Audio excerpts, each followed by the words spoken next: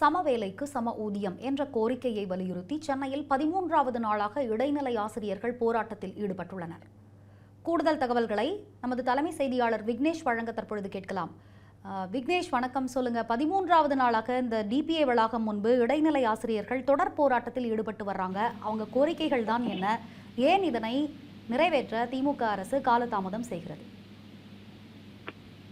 2021 சட்டமன்ற தேர்தலுக்கு முன்பாக திமுக அளித்த தேர்தல் அறிக்கையில் இடம்பெற்றிருந்த வாக்குறுதியான சம வேலைக்கு சம ஊதியம் என்ற ஒரு கோரிக்கையை வலியுறுத்தி சென்னையில் கடந்த 13வது நாளாக இடைநிலை ஆசிரியர்கள் போராடி கொண்டிருக்கிறார்கள். ஒவ்வொரு நாளும் போராடக்கூடிய இடைநிலை ஆசிரியர்கள் கைது செய்யப்பட்டு தனியார் மண்டபத்தில் அடைத்து வைக்கப்படுவதும், அடுத்த நாள் மீண்டும் அவர்களை விடுவிக்கும் போது அதே போராட்ட களத்திற்கு வருவதும் என தொடர்கதையாகி கொண்டிருக்கிறது. குறிப்பாக நாள்தோறும் 500க்கும் அதிகமான இடைநிலை ஆசிரியர்கள் மீது காவல்துறை வழக்கு பதிவும் செய்து கொண்டிருக்கிறது.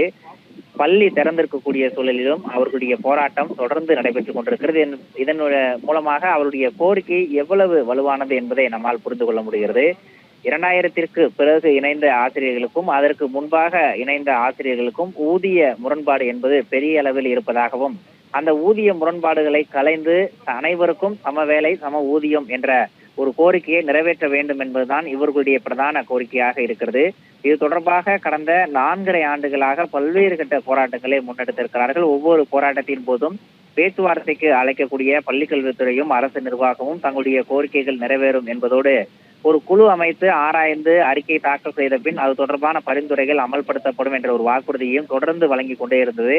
ஆனால் ஆட்சி நிறைவடையும் தருவாயிலும் கூட தற்போது வரை அந்த கோரிக்கை ஏற்கப்படாத நிலையில் வேறு வழியின்றி தொடர் முற்றுகை போராட்டத்தில் ஈடுபட வேண்டிய சூழலுக்கு இடைநிலை ஆசிரியர்கள் தள்ளப்பட்டிருக்கிறார்கள். சுமார் 20,000 பேருக்கும் மேலாக தங்களுடைய வாழ்வாதார கோரிக்கைகளை முன்னிறுத்தி தொடர் போராட்டம் நடைபெற்று வரக்கூடிய சூழலில் அவர்கள் தொடர்ந்து கைது செய்யப்படுவதும், அவர்கள் மீது காவல்துறையின் மூலமாக அடக்குமுறையை ஏவுவதுமே வாடிக்கையாக இருப்பதாக பல்வேறு அரசியல் கட்சி தலைவர்களும் தங்களுடைய கண்டனத்தை பதிவு செய்திருக்கிறார்கள்.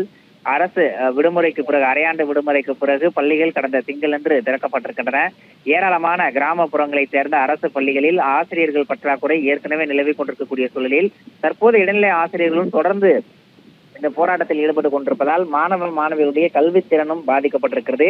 இருந்தாலும் கூட தங்களுடைய வாழ்வாதார கோரிக்கையான ஒற்றை கோரிக்கையான சம வேலைக்கு சம ஊதியம் என்ற கோரிக்கை நிறைவு வரை தங்களுடைய போராட்டம் தொடரும் என அறிவித்து இன்று டிபிஏ வளாகத்தை 13வது நாளாக முற்றுகையிட்டு போராட்டத்தில் ஈடுபட்டுக் கொண்டிருக்கிறார்கள். அரசு தரப்பிடமிருந்து தற்போது வரை எந்த விதமான பேச்சுவார்த்தைக்கும் அழைப்பு விடுக்காத நிலையில் தங்களுடைய கோரிக்கை நிறைவேறினால் மட்டுமே தங்களுடைய போராட்டத்தை வாபஸ் பெறுவோம் என அறிவித்து தற்போது முழக்கங்களை எழுப்பிக் கொண்டிருக்கிறார்கள்.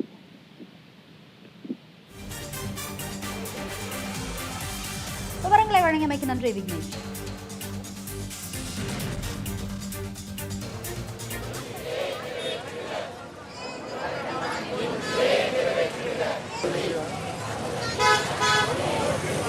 இந்த பண்டிகை நாட்களை முன்னிட்டு வில்லா மனைகளை முன்பதிவு செய்து ஸ்டாம்ப் டியூட்டியில் 50% வரை தள்ளுபடி பெறுங்கள். Premium villa plots across Tamil Nadu from 4.5 lakhs to 3 crores. One layer G Square. For details call 8939750009.